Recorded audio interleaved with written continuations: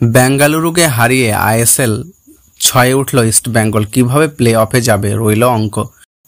রবিবাসীয় সন্ধ্যায় বেঙ্গালুরুর এফসিকে 2-1 গোলে হারিয়ে দিল ইস্ট বেঙ্গল। আর সেই জয়ের ফলে আইএসএল এর পয়েন্ট তালিকায় 6 নম্বরে উঠে এলো।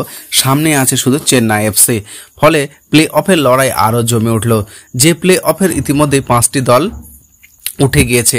রবিবার যুবভারতীতে 19 মিনিটে প্ল্যান্টি থেকে গোল করে ইস্টবেঙ্গলকে এগিয়ে দেন সাউল ক্রেসপো। প্রথম আর্ধের শেষ খেলার ফল ছিল 1-0। 60 মিনিটে প্ল্যান্টি থেকে গোল করেই ব্যাঙ্গালোরকে সমতায় ফিরিয়ে আনেন সুনীল ছেত্রী।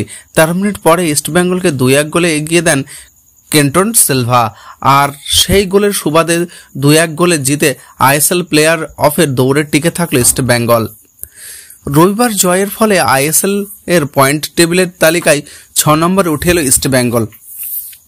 21টি ম্যাচের শেষে ইস্টবেঙ্গলের ঝুলিতে থাকলো 24 পয়েন্ট। গোল পার্থক্য 1। 6টি ম্যাচ জিতেছে এবং 6টি ম্যাচ ড্র করেছে। আর 9টি ম্যাচ হেরে গিয়ে আপাতত যা অবস্থা, দৌড়ে প্রবলভাবে থাকলো ইস্টবেঙ্গল। ইস্টবেঙ্গলের সঙ্গে আইএসএল এর প্লে অফে ওঠার লড়াই আছেন চেন্নাই এফসি এবং নর্থ ইস্ট ইউনাইটেড। দুটি দলে 20টি করে ম্যাচ খেলেছেন। চেন্নাইয়ের ঝুলিতে রয়েছে 24 পয়েন্ট, গোল পার্থক্য 8। আর নর্থ ইস্টের ঝুলিতে আছে 23 পয়েন্ট, গোল পার্থক্য 6।